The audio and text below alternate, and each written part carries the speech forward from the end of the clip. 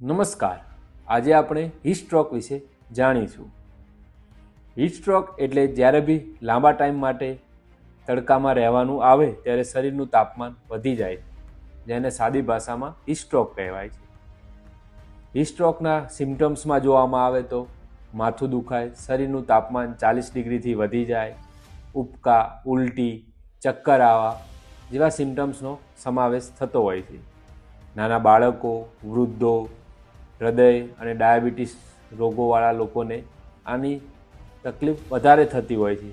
જે લોકો વધારે પડતું તડકામાં કામ કરતા હોય એને બી આવી તકલીફ થવાના ચાન્સીસ વધારે હોય છે. જ્યારે બી આવું થાય ત્યારે તરત જ પેશન્ટને ઠંડી જગ્યાએ શિફ્ટ કરો, પાણી કાં તો ORS પીવડાવો, ઠંડા પાણીના પોતા મૂકો, પંખા અને એસીનો ઉપયોગ કરો. જરૂર જણાય તો તાત્કાલિક હોસ્પિટલનો સંપર્ક કરો. વધુ જાણકારી અને માર્ગદર્શન માટે ડોક્ટર વિપુલ પટેલની સલાહ લો. Like, share and follow for more health updates.